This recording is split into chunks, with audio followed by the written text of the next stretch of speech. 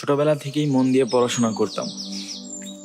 ইচ্ছে ছিল পড়াশোনা শেষ করে সরকারি একটা জব করব, বাবার মুখে হাসি ফোটাবো।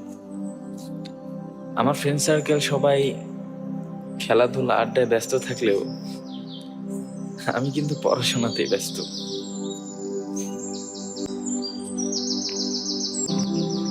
রাফি, কেমন আছো? সারাদিন কি শুধু বই পড়ো নাকি? ভালো আছি ভাই। আর বই পড়বো না তো কি করব, জীবনে অনেক বড় হতে হবে। ও আচ্ছা, তাই নাকি? হ্যাঁ ভাই।